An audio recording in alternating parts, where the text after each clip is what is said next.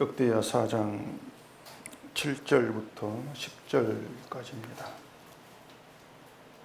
또 규례대로 금으로 등잔대 10개를 만들어 내전 안에 두었으니 왼쪽에 5개요 오른쪽에 5개이며 또 상 10개를 만들어 내전 안에 두었으니 왼쪽에 5개요 오른쪽에 5개이며 또 금으로 대접 100개를 만들었고 또 제사장의 뜰과 큰 뜰과 뜰 문을 만들고 그 문짝에 놋을 입혔고 그 바다는 성전 오른쪽 동남방에 두었더라. 아멘. 기도하겠습니다. 세상의 모든 일들이 하나님께서 정하시고 말씀한 대로 되어지고 이루어집니다.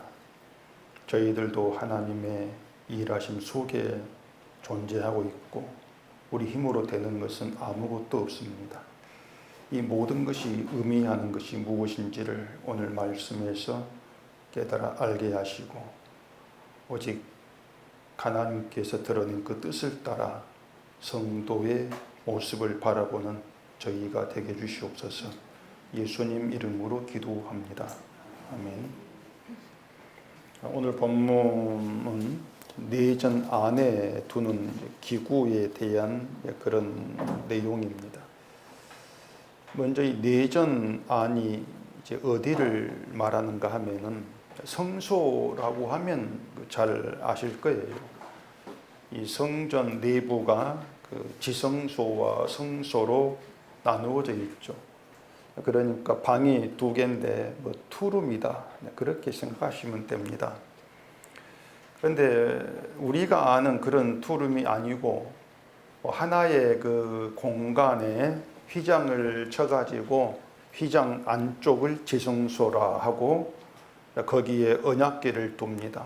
그리고 휘장 바깥쪽을 성소라고 해서 이제 거기에서 오늘 본문에 말하는 등잔대, 또 상, 대접 이런 기구들을 이제 드는 것이에요. 자, 그 성소를 내전이라 이렇게 얘기를 하고 있는 겁니다. 등잔대는 이제 불을 밝히는 등대, 촛대를 말하죠. 이 모세의 성막에서는 등잔대가 하나입니다. 하나인데 솔로몬의 성전에서는 10개를 만들었다. 이것이 이제 다릅니다. 10개를 만들어서 5개는 오른쪽에 두고 5개는 왼쪽에 두었다는 거죠. 그리고 또 8절에 보면은 상 10개를 만들었는데 이 상 10개도 등잔대와 똑같이 오른쪽에 5개, 왼쪽에 5개 이렇게 이제 비치를 합니다. 이 상의 용도가 뭔가 하면은 성막에서 그 진설병이라는 떡을 두기 위한 것이 상입니다. 근데 이것도 성막에서는 상이 하나만 있는데 이 솔로몬 성전에서는 10개를 만들었죠. 뭐 대접도 100개를 만들었다 이렇게 얘기하고 있는데 이 대접 100개의 용도가 무엇인지는 뭐 정확히 알 수가 없습니다. 어쨌든 여기까지가 이제 내전 안에 두는 기구에 대한 그런 내용이고 다음에 9절 봐보십시다. 또 제사장의 뜰과 큰 뜰과 뜰 문을 만들고 그 문짝에 놋을 입혔고 그 바다는 성전 오른쪽 동남방에 두었더라. 9절 10절에서는 제사장의 뜰이 나오고 바다가 나옵니다.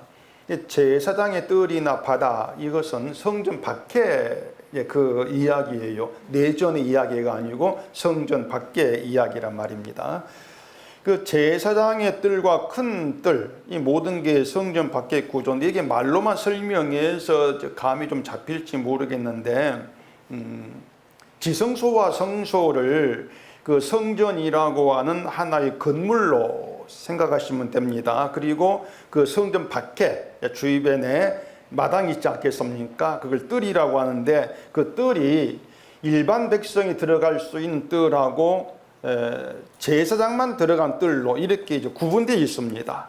그래서 일반 백성이 들어간 뜰을 큰 뜰 이렇게 얘기를 하고 그 백성들은 출입이 금지되고 제사장만 들어간 뜰을 제사장 뜰 이렇게 이제 부르고 있는 겁니다. 그 뜰의 문짝에 놋을 입혔다 그런 얘기고 또 지난주에 말씀드린 것처럼 바다가 나오죠. 이 바다는 성전 오른쪽 동남방에 두었습니다. 이 바다는 제사장이 씻는 그런 용도라고 했죠. 그러니까 이것을 이제 쉽게 말씀을 드리면은 제사장들이 제사 드리는 광경을 한번 상상해 보세요. 이 제사장이 제사장 뜰에서 나옵니다. 뜰에서 나와가지고 성전 오른쪽에 있는 바다로 가서 뭘 합니까? 씻습니다. 씻고 그리고 제단으로 가죠. 그 옆에 제단이 있는데 제단으로 가가지고 희생 제물을 잡아가지고 불태워서 이제 제사를 드리고 이제 그 피를 들고 야긴과 보아스라고 하는 성전 두 기둥으로 된 형을 통과해요. 통과해가지고 성소라고 하는 내전 들어갑니다. 내전을 거쳐가지고 지성소에 들어가서 언약궤 위에 피를 뿌린다는 그런 내용인데 이해가 되십니까? 역시나 은속계 자랑스러워요. 그렇게 제사가 진행이 되는데 오늘 우리가 생각해 볼 게 뭔가 하면은 그런 과정들, 그런 과정이 우리에게 말해주는 것이 무엇이냐고 하는 거예요.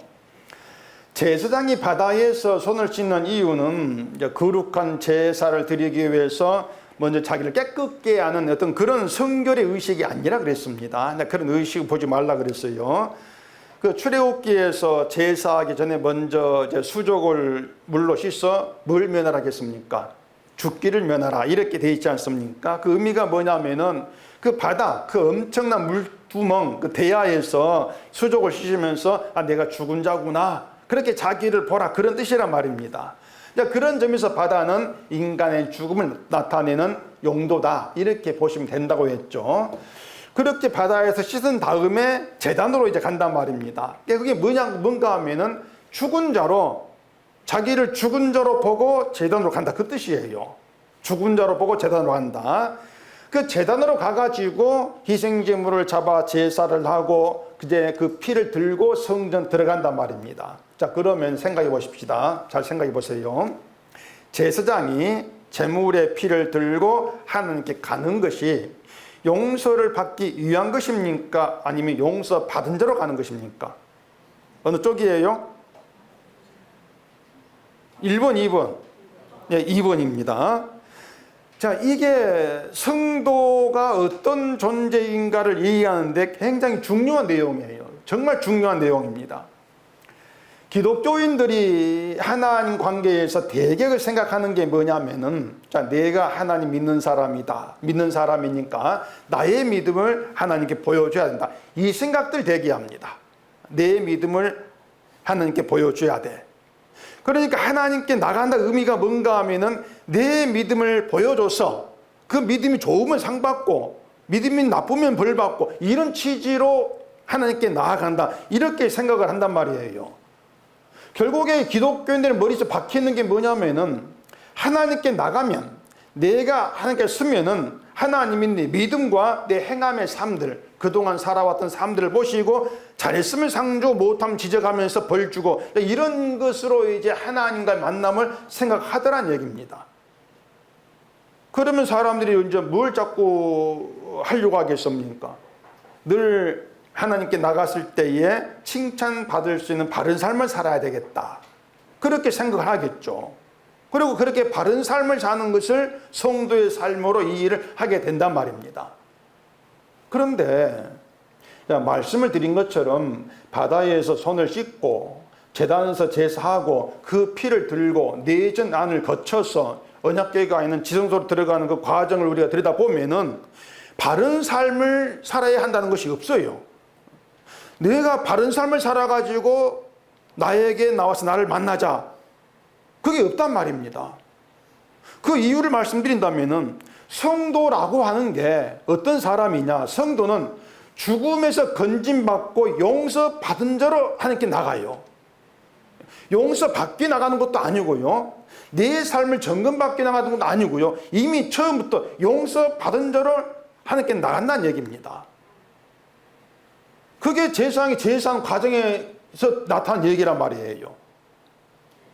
바다에서 손 씻으면서 나의 죽음을 본다. 내가 죽은 자구나. 자기 죽음을 본다. 그리고 죽은 자로 제단에서 제물을 잡아 제사드린다.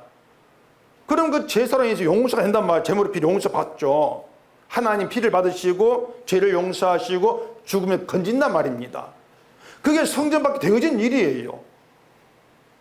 그러니까 성전 안에 들어갈 때는, 내전에 들어갈 때에는 이미 죽은 자에서 건진받은 자, 용서된 자로 들어간다. 그게 그 얘기란 말입니다.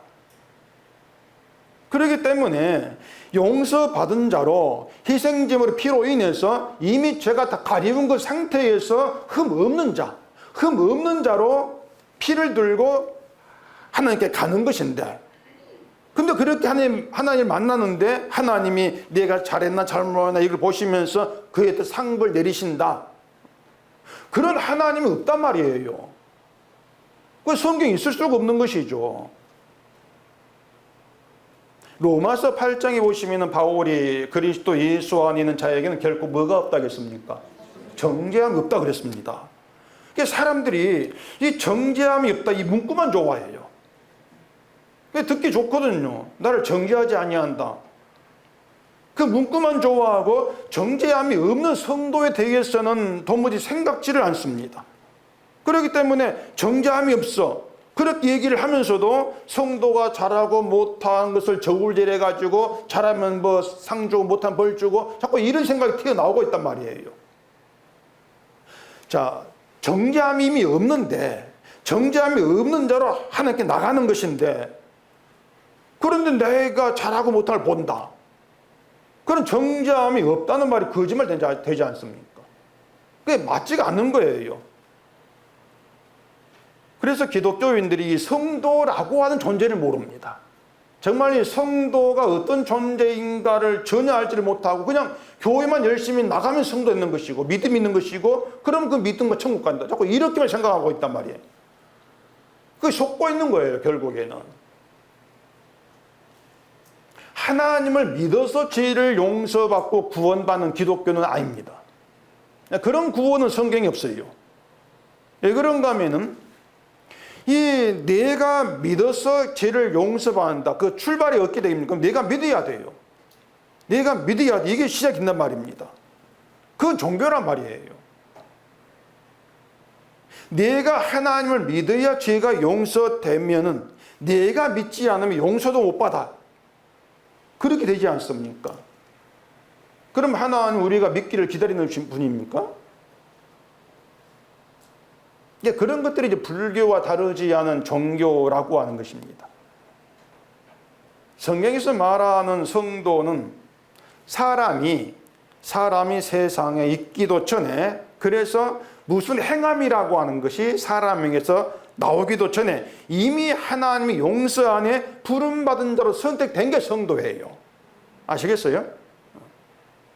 내가 존재하기도 전에, 그래서 나로부터 뭔가 선하고 악하다고 한 행함이 나오기 전에 이미 하나님께서 택하고 부름받은 자로 정해놔버린 사람, 그게 성도란 말입니다.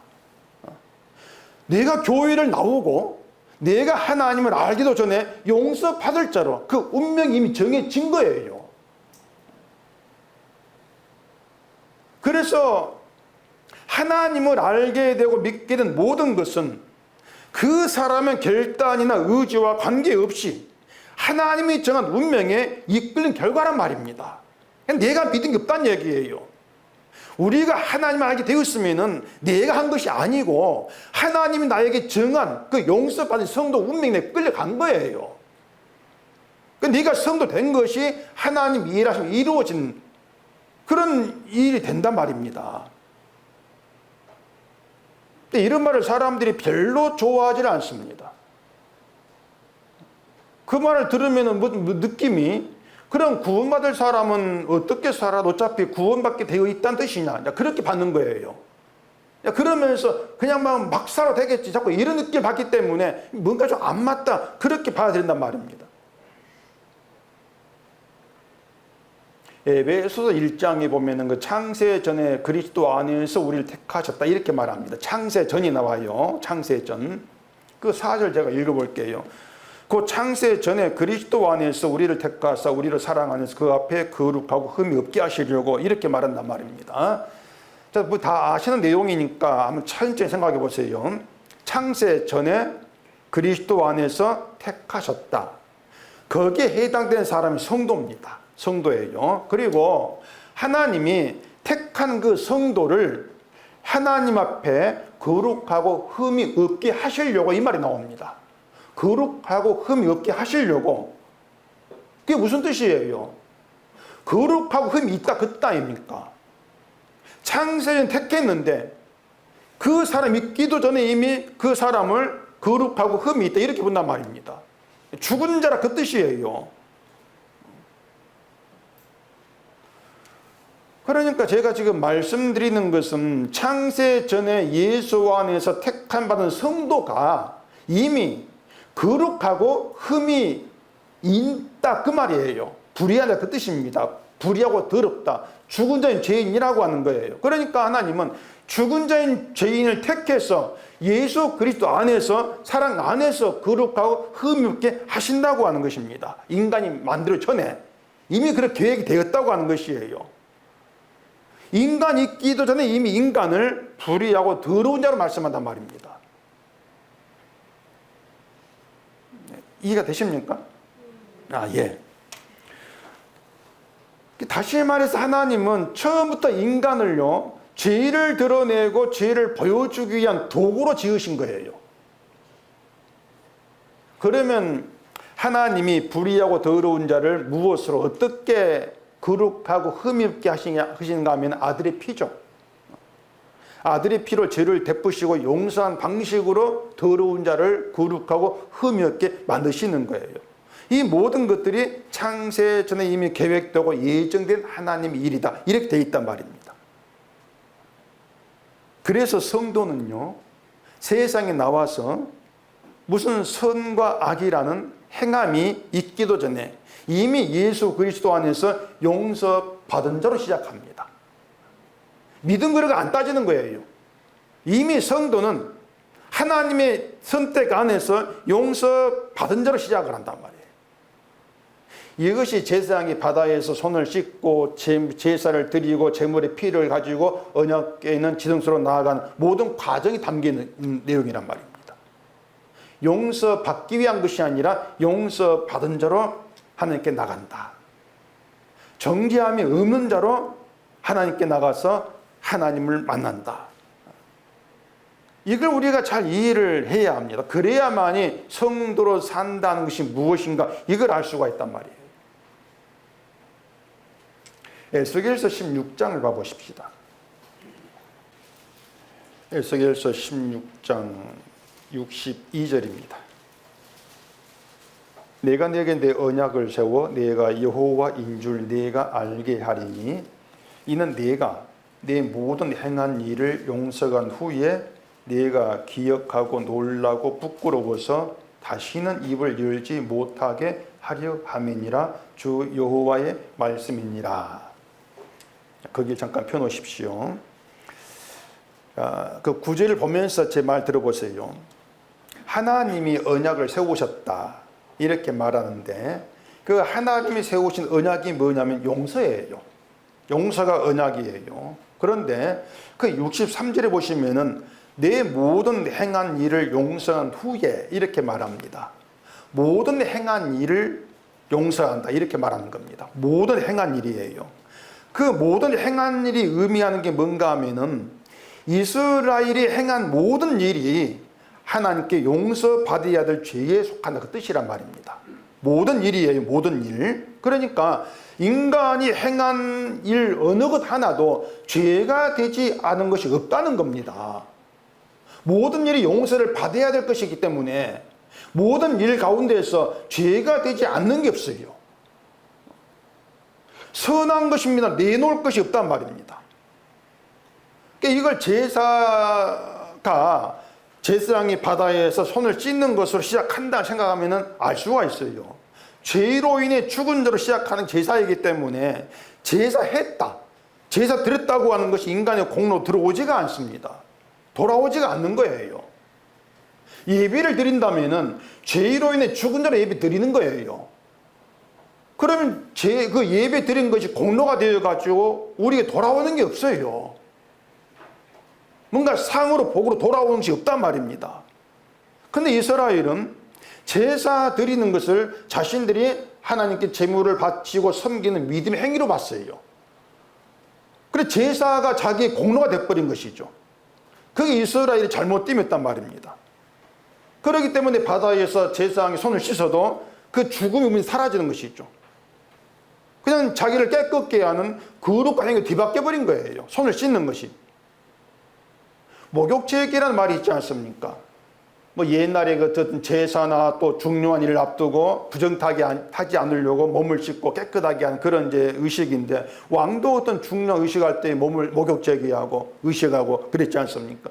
더러운 몸으로 신을 만나면, 신께 구하고 만나면 신이 노한다, 그런 의미가 있단 말이에요. 바다에 손을 씻는다는 것도 내가 나를 깨끗하게 해야 돼. 거룩해져 가지고 제사 드려야 돼.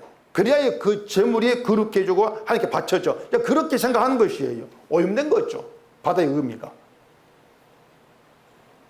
인간은 깨끗해질 수 없는 존재라는 것을 생각 안 하는 것입니다. 바리새인들이 예수님이 제자들이 떡 먹을 때 손 씻지 않는 걸 두고 장로의 전통을 범했다, 이렇게 시비를 걸었지 않습니까?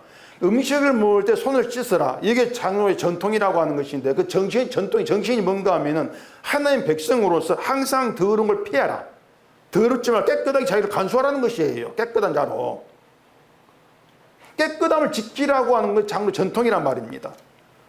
반면에 예수님 말씀은 너희가 언제 깨끗한 적이 있냐, 그것입니다. 아니 너희가 언제 깨끗한 적이 있어? 인간 죽은 자고 본래부터 깨끗해질 수 없는 더러운 자란 말이에요.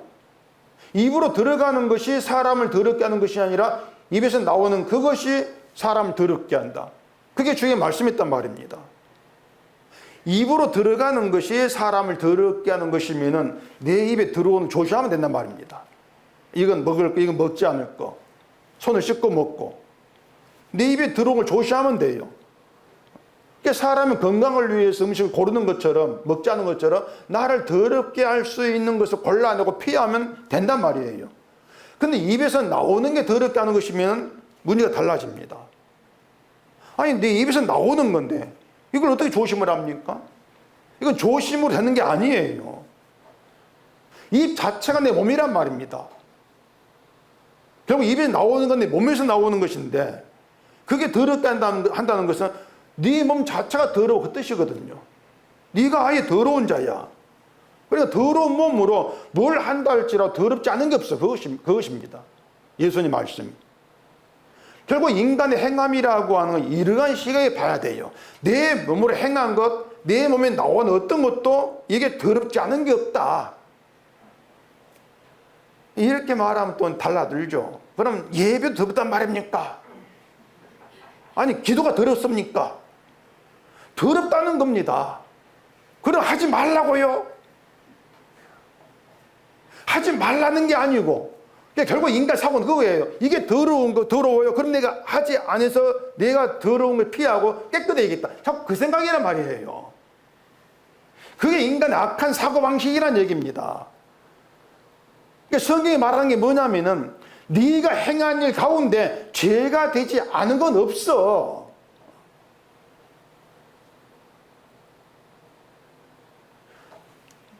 결국 용서라는 것도 우리에게서 죄가 되는 행함만 골라가지고 용서하는 그런 용서가 아니란 얘기입니다. 모든 행한 일을 용서한다. 그 행한 일에는 제사 들어갈 것이, 우리 예배 다 들어간단 말이에요. 그걸 다 용서하는 그 뜻이란 말입니다. 근데 이 사람들이 이제 하나님의 용서를 구원의 의미로만 자꾸 생각을 합니다. 용서를 받았으니까 그럼 내가 구원받고 천국 가겠네, 이 생각을 해요. 근데 정작 하나님 용서는, 그 용서가 가르치고 있는 것이 뭔가 하면은 우리가 행한 일에 죄가 되지 않은 건 없다, 이걸 가르치는 의미 용서예요. 내가 너를 용서해 천국 보내줄게, 그 의미가 아니고, 그 용서를 통해서, 모든 일을 용서한 용서를 통해서 네가 행한 일 가운데 죄가 안 되는 거 없다, 그렇게 너를 좀 발견해 봐라, 그 뜻이란 말입니다. 그 에스겔에서 용서한 후에, 방금 읽은 내용에서 용서한 후에 이렇게 말하는데, 용서한 후 그 의미가 뭔가 하면 용서로 인한 효력, 그렇게 이해하시면 돼요. 용서가 주는 효력, 용서를 받고 용서를 알았을 때에 그 용서로 인해서 우리에게 나타난 효력이 있는데, 그 효력이 뭐냐면은 기억하고 놀라서 부끄러워서 다시는 입을 열지 못한다. 이게 용서의 효력입니다. 그게 용서로 인한 효과예요. 용서 받았으니까 구원받아 천국 가, 그 효과가 아니고요. 기억하게 하고 놀라게 하고 정말 부끄러워가지고 몸둘 바를 모르는 그 상태에 다시 입을 열지 못하게 만드는 게 용서가 준 효력이다. 여러분 그런 용서 들어보셨습니까?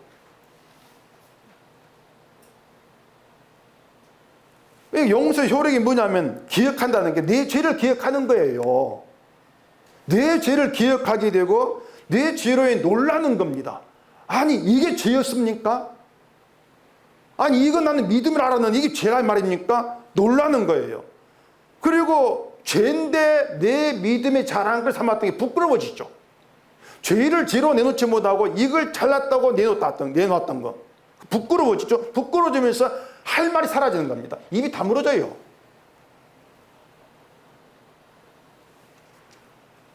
그러니 내가 말씀을 지키겠다느니 하나님 믿겠다느니 내가 뭘 하겠다느니 그런 말을 못하는 거죠. 입이 다물은 상태라 그 말입니다. 이것이 하나님의 용서의 효력이라면은 누가 하나님의 용서를 받은 자인가? 그건 이것으로 알 수가 있어요. 효력으로. 그렇게 알 수가 있는 거예요. 그래서 어쩔 때는 우리가 용서라고 하는 게 그냥 어떤 우리의 지식의 수준에 머무른 그런 느낌을 많이 받지 않습니까? 근데 용서한 후에 용서 안 있는 자에게 용서로 인해서 나타난 효력, 그 변화, 그걸 주목하면 돼요. 어떻게 변하느냐? 아, 내가 행한 일 가운데에 죄가 되지 않은 게 없더라. 하나도 없더라. 그래서 나는 나에 대해서 도무지 입을 열지를 못하겠더라. 그렇게 바뀌게 되는 것이 용서의 효력이란 말입니다. 오늘 그 주보 성경 묵상 내용인데 교회에 뭐 음식을 먹고 먹지 않는 문제 다툼이 이제 있었단 말입니다.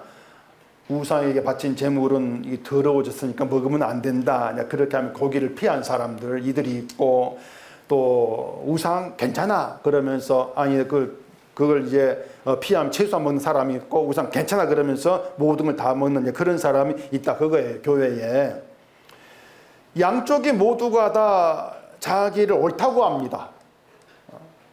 음식 가려야 돼. 그게 옳다고 한 사람이 있고 왜 가려? 우상 아무것도 아닌데 가리자고 모든 게 먹는 게 옳아 이런 사람이 있고 그러면서도 비판을 하는 것이죠. 우상 음식 먹는다고 비판하고 하나의 준 음식을 가린다고 비판하고 믿음도 비판하고 마치 교회에서 이게 뭐 술 먹어도 되냐 안 되냐 그런 거 다르지가 않아요. 그런 문제에서 우리가 이것만 생각하면 됩니다. 답이 이겁니다. 이것 하나만 생각하세요. 먹든지 먹지 않든지 간에 인간은 더러운 존재다. 그게 답이에요. 그 답이 양쪽 모두 다 입을 다물게 만들어버립니다. 모든 음식을 다 먹을 수 있다고 술 먹어도 된다고 그래 얼마나 처먹어라 먹어 그래도 넌 더러운 죄인이다 그겁니다. 먹으면 안 된다고 그래 먹지 마 안 먹으면 되지 그래도 더러운 죄인이야. 그게 바울의 얘기란 말입니다. 그러니까 누가 맞다 누가 틀리다 다툴 게 없는 거예요. 그렇지 않습니까? 그래서 예수의 피로 용서받았다고 말은 하면서도 뭐 나를 지키고 지키지 않고 음식을 먹고 먹지 않고 이러한 것으로 믿음을 차별하고 서로 비판을 한다면은 그게 예수님의 용서를 말하면서도 내 모든 행함을 용서한 용서로 알아듣지를 못한다. 그 뜻이 되는 것입니다. 모든 행함의 용서를 받았다고 하는 것은 네가 무슨 짓을 해도 다 용서받았으니 괜찮아. 그 뜻이 아니고요. 어떤 행함도 구원과 관계없다는 겁니다. 그걸 얘기하고 있는 거예요. 네가 선을 행하든 악을 행하든 구원과 관계없는 게 용서야. 그걸 말한단 말입니다. 그래서 음식 문제, 무슨 나라의 문제 그걸 따질 필요가 없다는 것이에요. 예수 안에서는. 음식을 가리고 뭐 나를 지키고 선을 행하고 그렇게 믿는 사람 살려고 아무리 발버둥친다 할지라도 그것이 우리를 성도로 드러내지를 못합니다. 욥이 하나님께 범죄하지 않으려고 얼마나 발버둥쳤습니까? 온갖 노력을 다 동원했지 않습니까? 근데 욥의 그것이 욥을 성도로 드러내지를 못해요. 성도의 증거가 못 되었던 거예요. 성도의 증거는 마지막 장에 나와요. 자기 죄인됨을 회개하는 거예요. 근데 우리가 시선 어디로 갑니까? 마지막 장에 늘 첫 장 1장으로 하지 않습니까? 1장 욥을 시선에 가는 거예요. 욥처럼 범죄 안으로 이렇게 살아야지. 그게 성도가 아닌데 자꾸 그걸 모른단 말입니다. 다시 말할게요. 성도는 이미 하나님의 용서가 이루어진 자로 시작합니다. 그리고 1장의 욥은 그게 성도가라고 할 수 없는 거예요. 이미 용서가 이루어졌는데 근데 욥은 범죄하지 않으려고 예를 쓰고 있단 말이에요. 그게 욥이 성도를 모르고 있는 것이죠. 모든 음식을 다 먹어도 용서 안에 있고요. 채소만 먹어도 용서 안에 있습니다. 술을 먹어도 용서 안에 있고 먹지 않아도 용서 안에 있어요. 아시겠어요? 이것이 우리가 서로를 어떻게 바라봐야 되는가의 분명 기준입니다.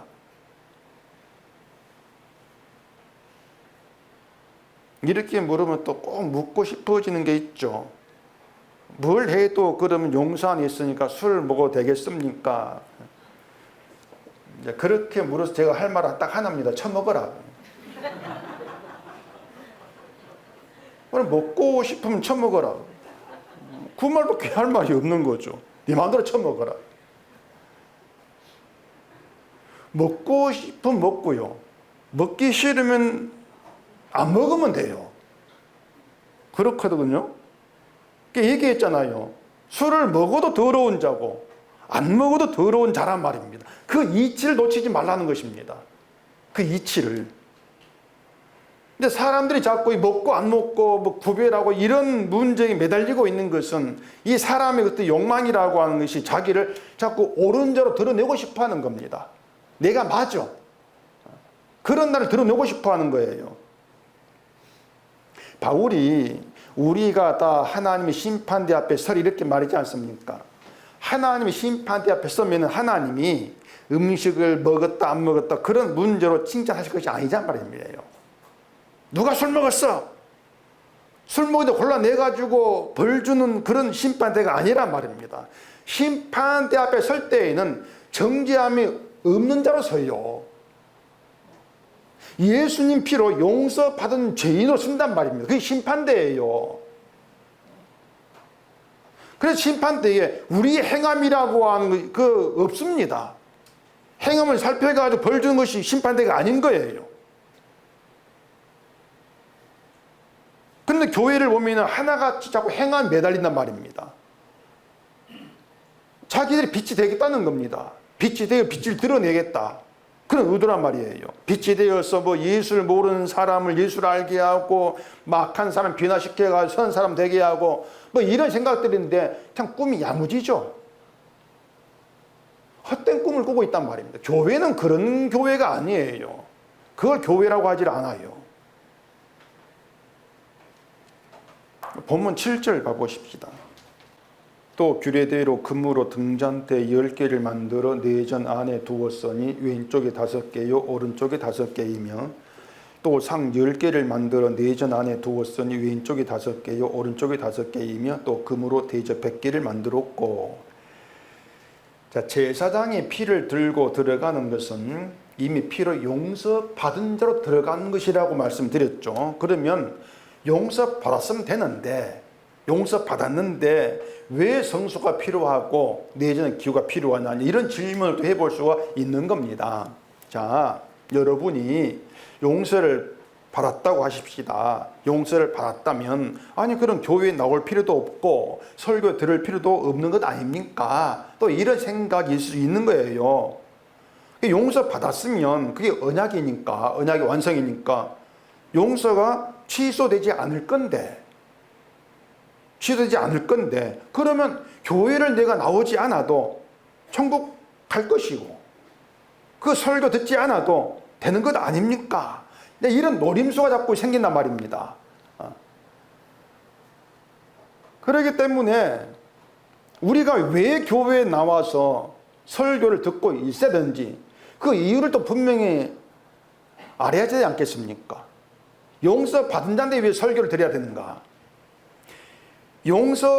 그리스도 예수 안에 있고 용서 받았음에 불구하고 설교 듣고 복음을 계속 알아가야 될 그 이유, 그게 본문의 내정과도 연관이 있는데, 자, 등잔대는 불을 밝히는 기구라 하겠습니다.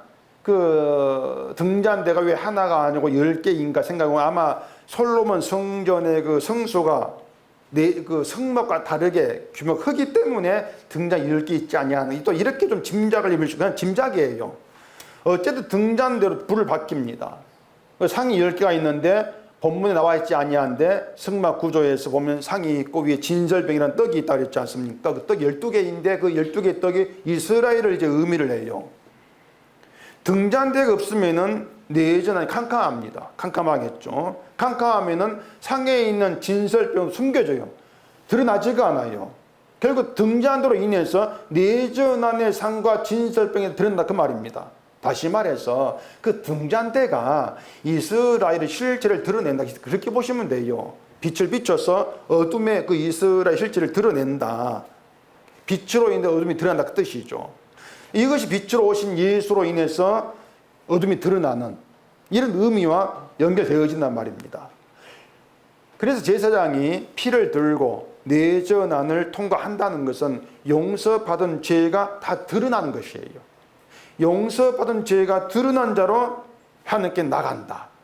그렇게 이제 이해하면 되는 것입니다. 이게 용서받은 효력이란 말입니다.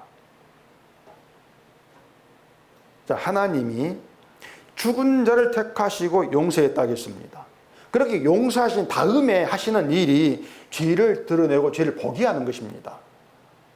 죄를 포기하는 게 문제가 아니고 용서가 먼저고 그 다음에 죄를 포기하는 것이에요. 아니 그럼 모든 죄를 용서해 놓고 왜 세상스럽게 죄를 포기하십니까? 그게 우리 의문이란 말입니다.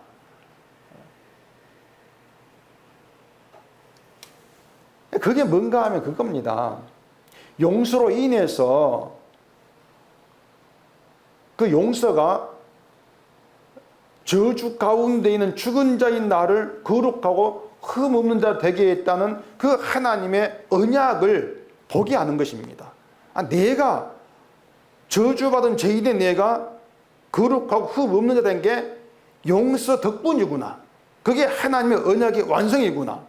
그 속에서 결국 내가 이룰 건 아무것도 없구나. 그렇게 나가게 되어지는 것이에요.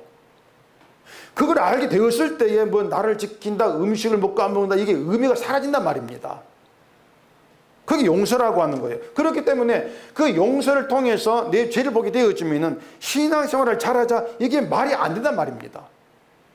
그게 의미가 없는 게 되어지는 거예요. 신앙생활을 잘하자고 하는 것은 신앙생활을 잘못하는 것이 있다는 걸 전제하고 있습니다. 결국은 신앙생활이라는 행함을 잘하고 잘못한 것으로 나누는 결과가 되지 않습니까? 그게 인간의 잘못 행각이라고 하는 것이에요. 근데 그런 가운데에서 로마 교회처럼 이렇게 하면 안 되는데 내가 했다, 시비를 뭐 걸고 다투고 이런 이제 비판과 다툼이 나오게 된단 말입니다.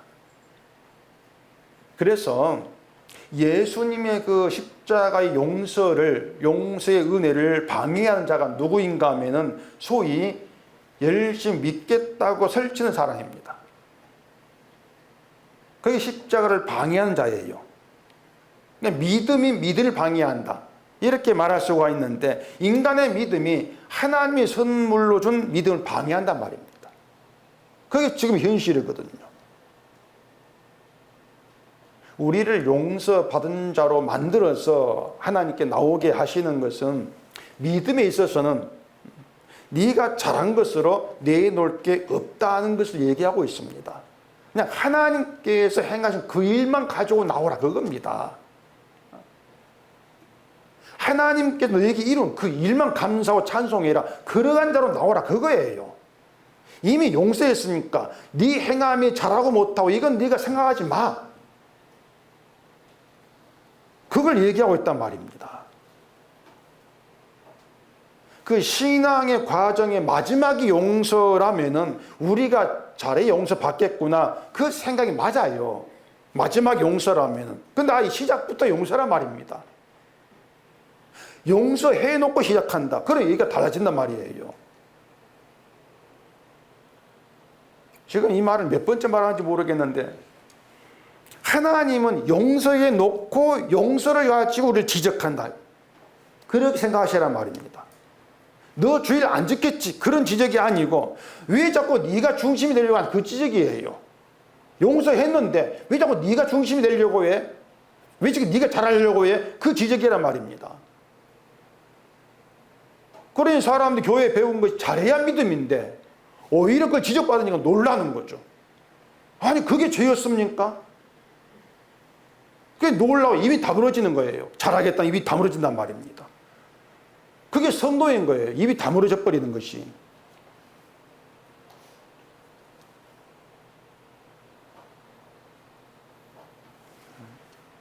그래 우리가 이렇게 성경을 통해서 죄를 보게 되어지면은 내가 언제 이런 죄를 지었습니까? 그런 생각 자체가 나오지를 않습니다. 성경에 술 마시지 말란 말이 어디 있습니까? 그런 말들. 이게 자꾸 이제 믿음의 중심은 내 자리고 그 믿음의 중심이 내놓지 않겠다. 그런 뜻이거든요. 전에도 말씀드렸지만은 여러분의 구원을 방해한 원수, 그 원수가 누구다? 여러분 자신이다. 나다. 내가 내 구원을 방해합니다. 항상 그렇게 살아갑니다. 그걸 알게 되어지면은 나는 옳고 너는 틀렸다. 주보의 그림이 그거예요. 나는 맞아. 너는 아래 틀렸어.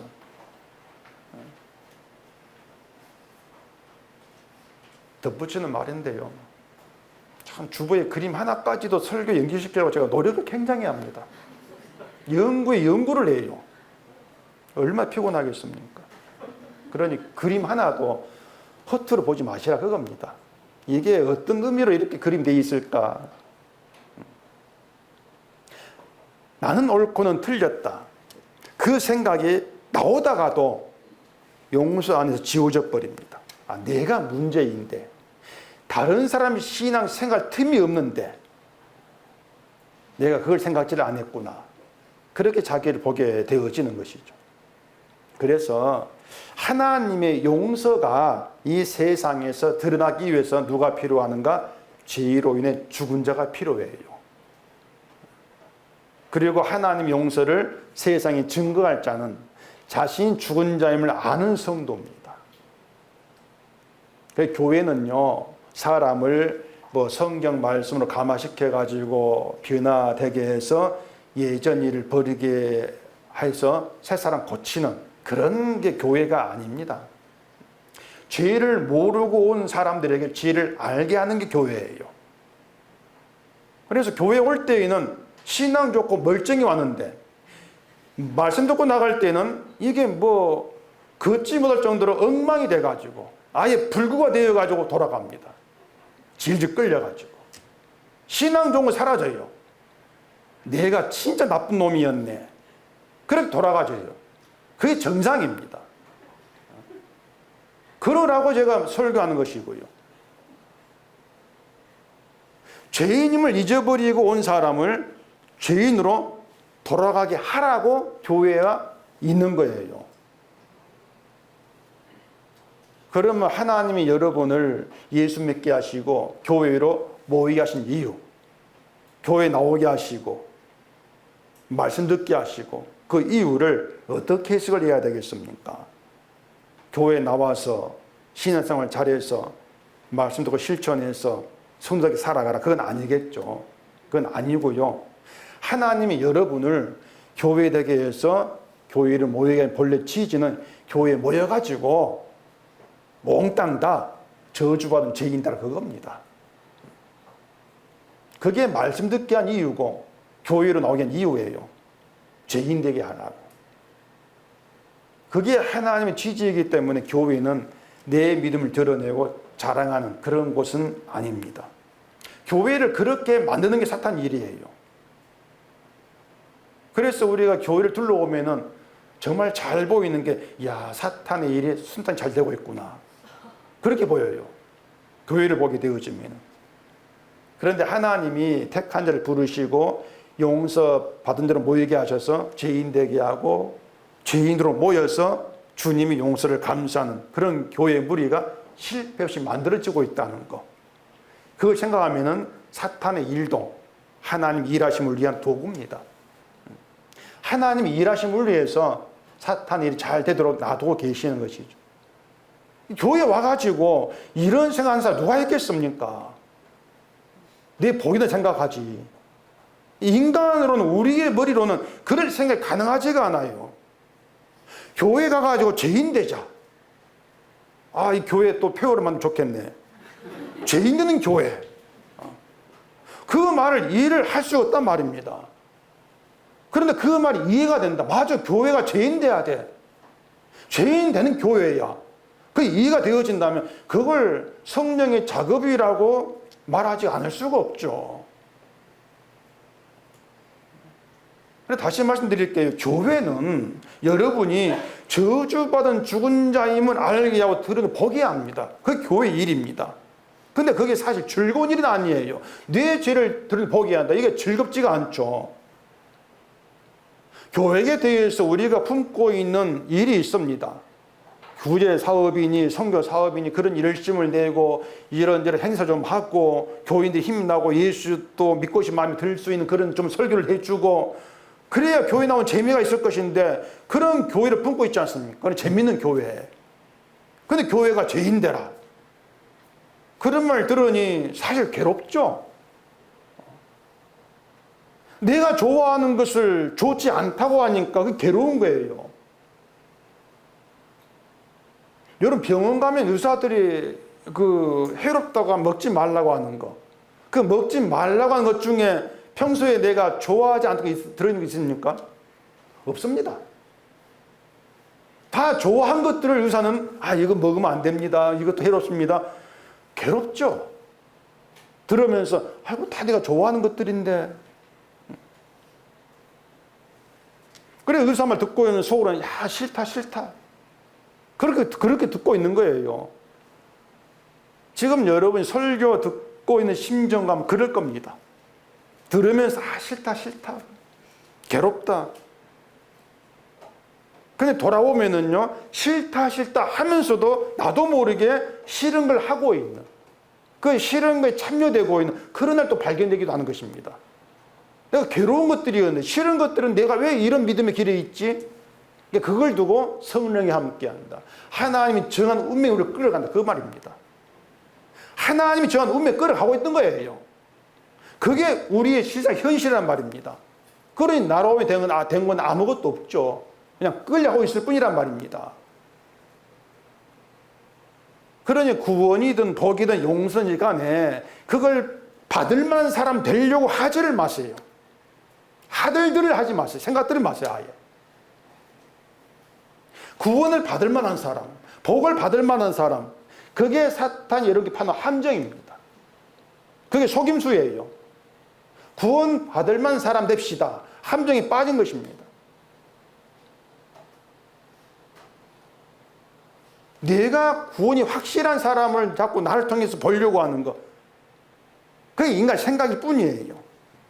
이제 성경은 그런 우리의 생각들을 다 허물어 버립니다. 오늘 본문도 그런 용도로 주어지는 것이에요. 시작부터가 죽은 자로 제단 가가지고 제물로 용서받은 대로 시작한다. 근데 네가 뭐 구원받을 만한 자가 된다고? 네가 용서받을 만한 자가 된다고? 그건 사탄이 판단 함정이다. 그걸 보게 한단 말입니다. 내가 변화되는 거. 이 사람 자꾸 내가 변화되는 신뢰를 해요. 예수님 용서보다도. 내가 변화되었잖아. 내가 체험했잖아. 자기를 신뢰를 해요.